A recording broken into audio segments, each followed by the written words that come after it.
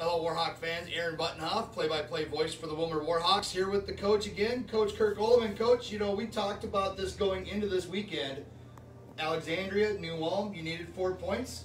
You got them. Yeah, it was a solid weekend. It was a lot of fun. You know, 2 good home games for the fans who were able to be here. It was great. The boys played well. You know, jumped out to early leads in both and never really looked back.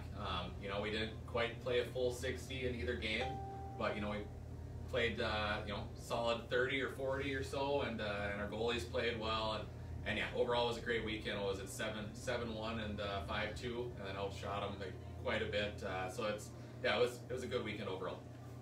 You can see by the shots on goal that we're getting, 50 plus against Alexandria. I think we're over 40 against New Ulm. The opportunities are there, so I mean the guys are, you know, following suit, sticking with the structure. They're skating really well, and well, that goes with winning. Yeah, well, yeah. I mean, if you go out and work really, really hard and you have talent, you're gonna, you know, probably be okay. And we've been fortunate to get a lot of high-end talent, and then we've also been fortunate they work really hard.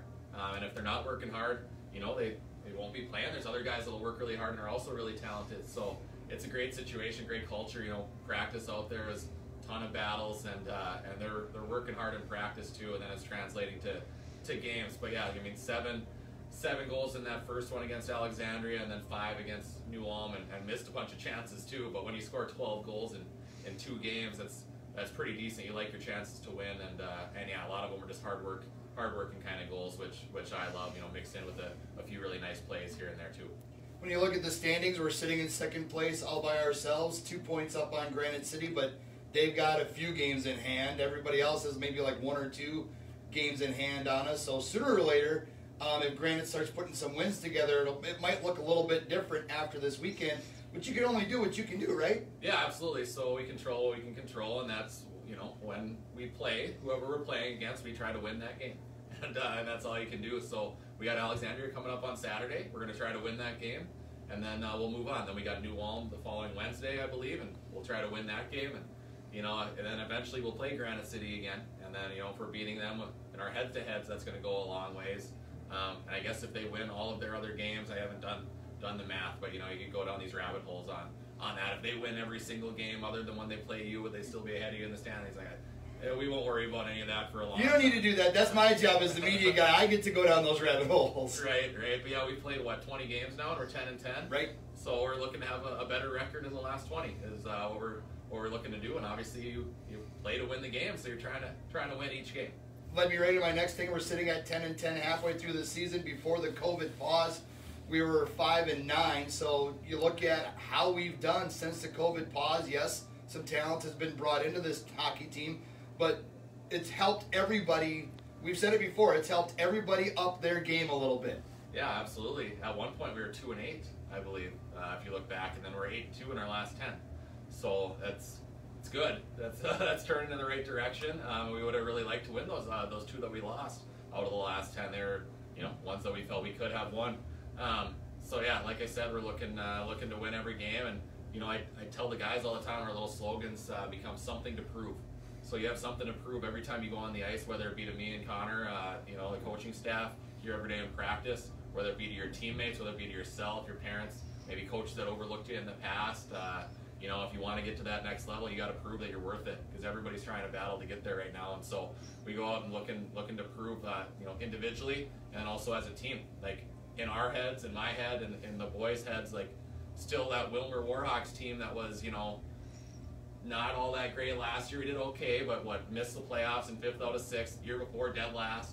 Year before that, down there too. I mean, it's never been really, you know, up here. So we're trying to get up here, and we're trying to prove that we belong up here with the North Iowas of the world, with the Granite Cities of the world. You know, looking at these tier 3 overall rankings by different publications, and yeah, we want to get in there. We want to get in there, and I think we're making some noise and starting to move that way. And yeah, it's the culture around it starts with the little details in practice, and then that'll translate over to the games. There's some tough decisions for you and Coach White to make over the next week or so. Not just week or so, but every game that there is, because you've got a lot of guys that could be, some of the guys that aren't dressing could be in any other lineup in any other team in this league. There's a lot of toughness. Plus, you got 3 goaltenders that are all really good. There's only 1 net. to go around. There's only one game on Saturday. You got a game on Wednesday. So trying to split time, trying to find guys to put on the ice and trying to find that right mix. It's not that it's hard. It's just that there's a lot of really tough decisions because guys are really good.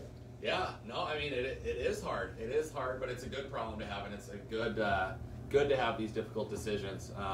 You know, I woke up this morning at like 4 or something, and I started thinking about things, couldn't fall back asleep until, 5:30, whatever it was, and then slept for a little bit longer, then got up again, and I texted Connor at like 5:45 with some line combos and some power play stuff, and yeah, I mean, so that's good. That's way better than years past where we're worried about whether we'd have enough guys to put a full team together and not get fined. So it still is tough though, because you feel for the guys out of the lineup, but they're all battling hard every day. That's why we watch so close in practice and let them work so hard in practice and do 1-on-1, 2-on-2, 3-on-3 competitive kind of battle drills constantly, because they're trying to earn their spots. And so yeah, we base a lot of things based on practice, then of course game performance too. But yeah, they are very, very difficult decisions, and we talked to all the boys about the decisions and where we're coming from and why we're making the decisions we're making.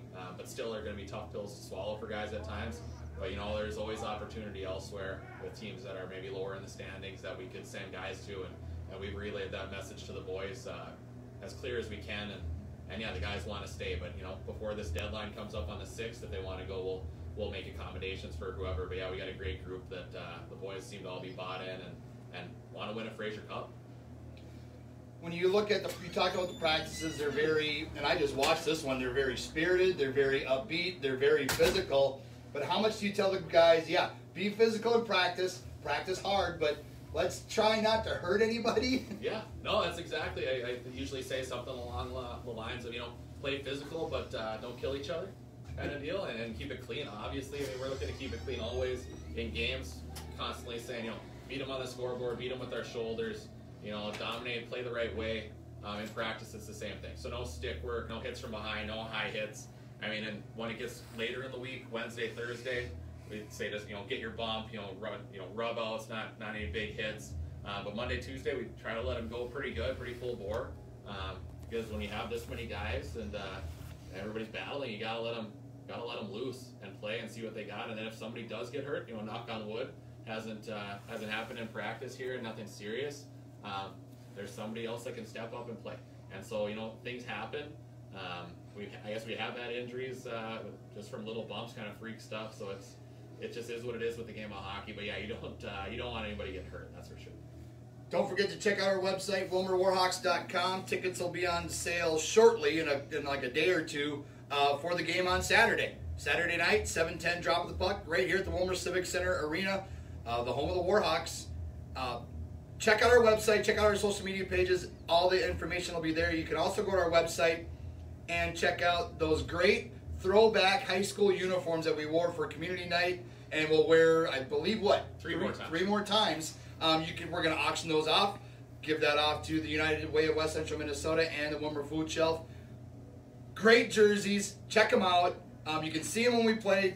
The auction's going to be ongoing, so you got a chance to get a great-looking jersey. I've gotten my military jersey. I don't know if I'm going to get one of these or not, but I know other people are looking at them. So you go to our website, WillmarWarHawks.com, to check those out.